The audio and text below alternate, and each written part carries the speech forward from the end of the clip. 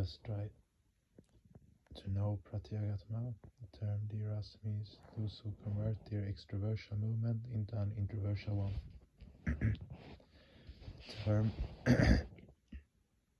Pratyagatma means all-knowing Atma. Pratipam viparitam anshati vijanati iti pratyak. That which takes a stance opposite to the Jivatma and witnesses the Jivatma is pratyak. And pratyak plus atma equals pratyagatma. Whatever you do is known to your Shita mind stuff.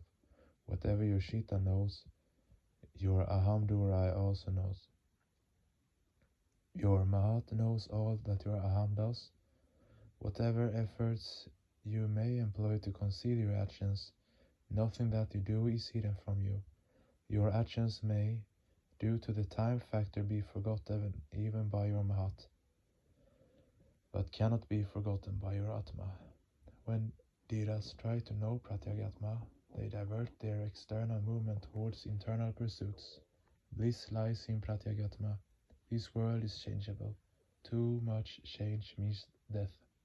At every moment, change takes place in the objects of the world, but the change is really perceptible only when the small changes result in a great change. Changes in the body of a child of 5 are not noticed until they result in a great change. That is, until the child becomes an adult of 25. To attain Pratyagatma, Dhiras divert their organs into internal pursuits. Their movement is from the ephemeral to the eternal. Those who are not Dhiras allow their organs to be extrovert. Such persons are fools. They, by their actions, bind themselves in the noose of death. According to the Shastra's scriptures, the death noose has 3.5 rounds. The first round is the pain of birth. The second round is the tortures of life. The third round, the pang of death. The last half round is moha, desire for birth. Those who don't try to make the movement of their organs introversial are verily in the noose of death. Our organs grasp the anitya, but even this process is possible only in the presence of the nitya. When the waves emanated by the anityas are reflected on the nitya cognitive plate, their existence becomes known. Though a dead body still has eyes, perception is not possible there. The existence of the anitya therefore is witnessed only by the nitya. Movement towards this nitya entity is the yuma dharma. Dhiras understand well that behind all anityas lies the nitya, the transcendental entity beyond the scope of time, space and person. So they never run after anityas. This keeps their mind in a balanced state. Those running after anityas cannot find peace of mind in their lives.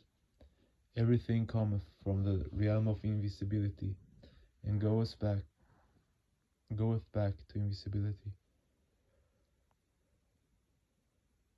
In between these two spans of invisibility, there is a span of visibility.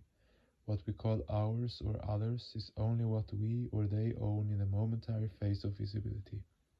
It is like the coming parallel of 2 trains for a few moments. Your contact with the mundane objectivities is also for only a few moments. Everything is moving with its own speed and velocity. You have your own and everything else has its own. Naturally, the contact is for a very short span of time. This is why Dhiras do not care about what has come in contact with them, or what has passed on. In the wakeful state, things become known to us because of their reflections on the cognitive plate.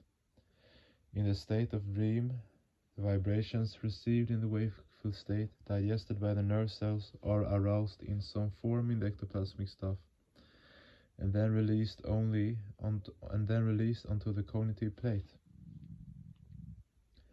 These reflections appear to be real. What we call the wakeful state is also a kind of slumber, similar to dreaming. When you awake from this slumber, you will realize that you were dreaming. That is why Dhiras are neither cowed by misery nor carried away by great pleasure. They know well that Mahat Vibhu, that is, the transcendental entity, is the Atma. A reaction to an action is an inevitability. Whatever you do is reflected on your cognitive plate, whether you like it or not. Whenever you come before a mirror, your reflection appears there, for that is the nature of the mirror. Your willingness or lack of willingness has nothing to do with it. The reflecting plate is always with him. The reaction will occur in a natural way due to the presence of the reactive momenta. And where is that reflecting plate? The answer is that it is your jiva antika. The term jiva means individual, and the term antika connotes nearest point. There is no difference in Sanskrit between nikata and antika. Nikata means near, while antika connotes nearest. It is not possible to say what your nearest point is. You will have to know your own point for yourself. It is the jivantika, which is your nearest point. It is your great fortune that Ishana Bhuta Bhavyatam Tyam. That Ishana is your nearest point. Ishana is the controller of what will happen in the future. He is the controller of both the past and the future ways of this cosmological order. That supreme controller is your nearest point, but since you don't know your point, you fail also to know your nearest point. The question comes up, if Ishana is the controller only of the past and the future, then he has no concern with the present. Why then should we think about the present? But actually the present is the moving phase between the past and the future. The adjustment, the cosmologically within the scope of the past and cosmologically within the scope of the future is called the present. When I am speaking, it is not that you are also listening at the same moment. My speaking is future for you, whereas it is past for me. We have adjusted some portion of the past and the future. Thus the controller of the past and the future is our nearest point, so nothing can be concealed from him. That is why there cannot be any hypocrisy in Dhiras. Hippocrates may be traitors of religion, but the dharmic cannot be. If a person does not try to know the eternal entity which is his or her nearest point, will it not be his or her absurdity? The wise will always want to be Dhiras. They will want to realize the eternal entity hidden within. They also know that this realization is not feasible without a very strong desire to know him. He can only be known by pariprashna, spiritual questioning, not by logician's philosophy. Knowledge, intellect and bookish methods cannot help you in your march towards him. Apti and prapti. Direct acquisition from somebody is called apti, and indirect acquisition, that is,